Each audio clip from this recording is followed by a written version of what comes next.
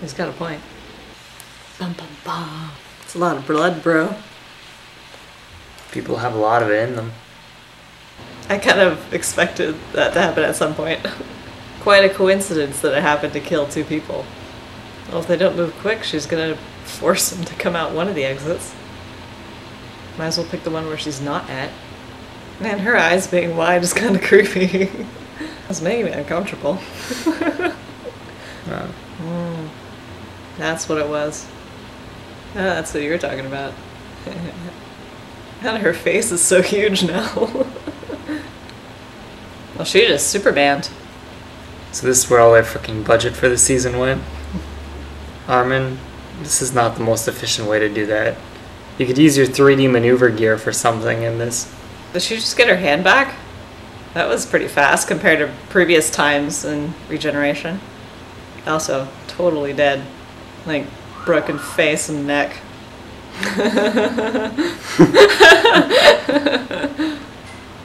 GG. Okay, let the Titan go and kill everyone. Ooh, that was cool. That was not so cool. The power of main character compels you. Well, she's also ridiculously talented. Yeah, okay, no matter how much talent you have, a fall like what she suffered is that not part, going to that part. save you. Yeah, well, that's not happening. Yeah, so much for that, right? Marco. Dude, if Jean just died, that would have been interesting. Nope. She's like regenerating so much faster. She's had a few moments. I also think she's well rested right now, whereas before she's spent a while, like... I guess that's true, yeah. Which probably maybe has something to do with it. I don't know. Didn't know if it was just like a plot thing. When does she not? You spend less time saying things that'll freak her out. Yeah, right. Every single time they do, she escapes. How did those knives, like... Yeah, that's what I think. It's like a super special, extra awesome one. Aw, kitty. Run, kitty, run. Because running does that. It does with him, apparently. I knew that was going to come up.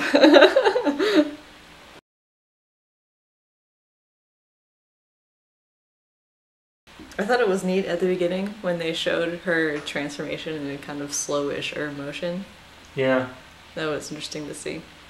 We've done similar things with Aaron before, but I don't think it was like the same. Yeah, they've never done like a full body one in this kind of slow motion movies. So that was cool. I like that. Alright, go. Your thoughts. Shrug. It's an action episode at this point. There's not much to be bothering saying. Typical stupid thoughtless bullshit from the military police dude. Kind of annoying that Levy didn't get dressed for combat, but it also makes sense because he's injured. Like he needs to, though. Oh. Like he needs to. He can go just however he wants. No, I mean, it just seems like either they're just that he's probably still recovering from his leg injury or whatever the hell. So. Okay, my thoughts. There's 2 things at the moment that I can think of that are sort of bothering me / I want to know more about, and that's her motivation and the freaking dad.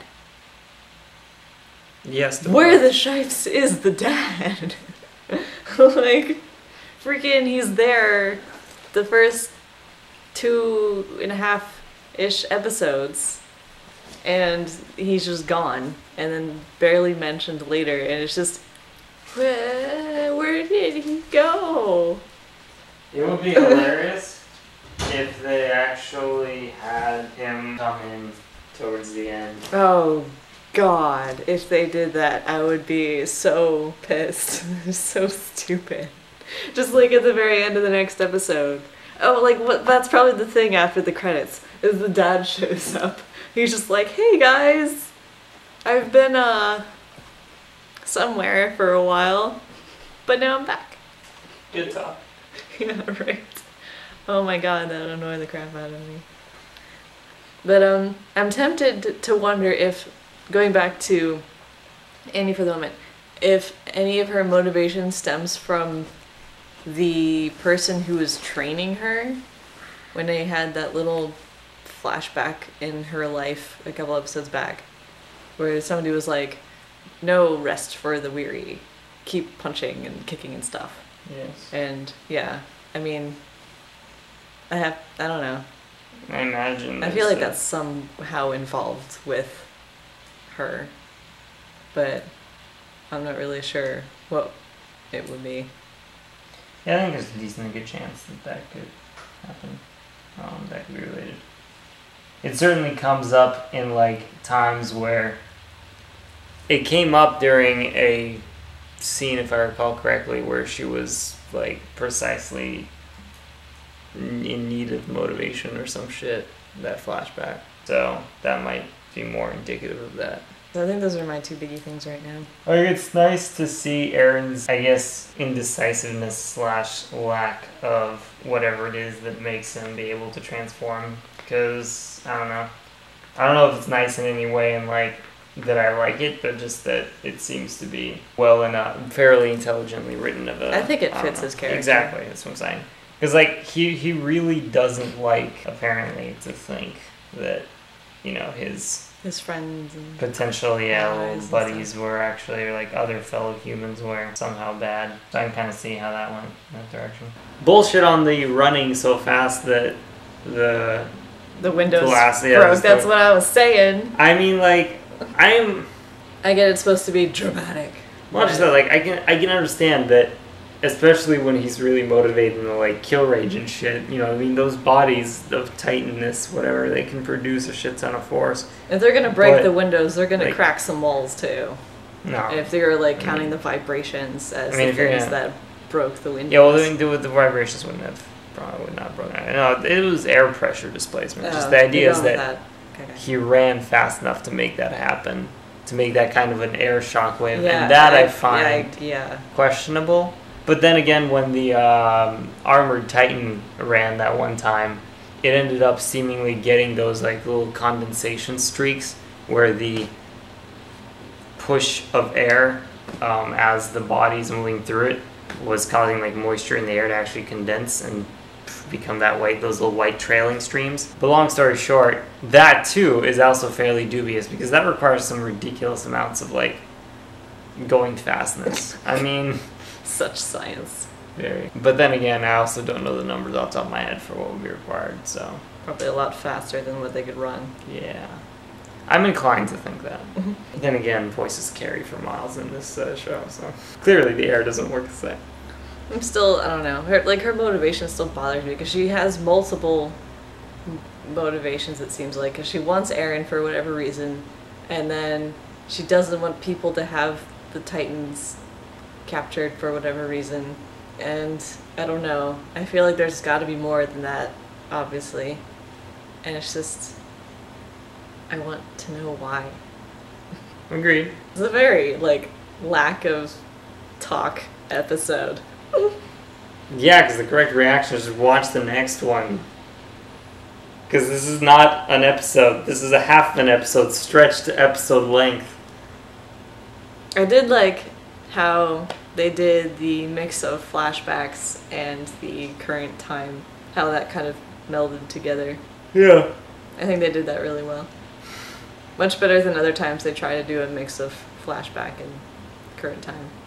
Yeah, I agree. That was a pretty well done one. Yeah. I liked how the fight scenes were drawn in this case. Obviously, they went all out with this one. Yeah, definitely. But yeah, fairly well done. It's definitely neat to see like people using the maneuver gear to kind of like the fullest kind of extent that you can imagine something like that being used. I love the gymnastics part with those two guys, but then they were both killed. But it was still cool when they were doing it. Mikasa's face, though, in the tunnel, like, damn girl. Yeah. Her eyes, like, grew 3 times in size, and then her face was, like, 3 times in size. I don't know if you saw that, but when they showed Eren in the front being all, like, raw and upset and sad, and her face in the back just took up, like, more than her eye alone, like, was half the size of his head. Like, I don't know why they chose to do that. But they just looked really weird and creepy. I think they're aiming for the notion that, oh, she's like hovering over him. Yeah, I like, guess like taking kind of over like his the pressuriness of it. And, Yeah. Speaking of, two things. One, Aaron, what the fuck? Don't just keep grinding on your bleeding stump of a hand just because you can't transform. That's not the way to go. If it clearly didn't work the first time, clearly it'll work the second because so much changed between those 2 seconds that passed. The other thing I thought was that I'm not sure about. It seems that they might have been trying to imply that Aaron had some sort of feelings for Annie, which is beyond like just friendship camaraderie. Yeah. And I'm not sure. It seemed like it when Mikasa was all like, "Your feelings for her," or whatever. Yeah, that could have just been not sure. Lost in translation, whateverness. That or just Mikasa trying to get to him. The other thing is, I mean, it's a valid possibility to consider at that point, but either way, like, I just want to know if there's anything in the manga that was cut or not, covered yet in the show that would have been covered by now. Up to this point. Yeah. The other thing I'm thinking that would make a lot of sense because then that would really more emphasize the fact of her crying if she also had feelings for him. That could tie into that. Maybe, I don't know. I'm not thinking it's as likely, but it could have been.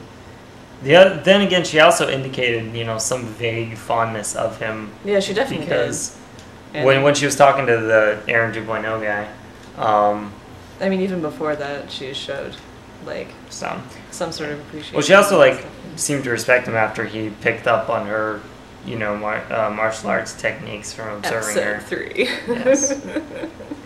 Good times. So there was that. But I don't know. Dug out. That's all I remember. So, we hope you enjoyed this episode, and we'll see you guys in the finale of season 1. Bye.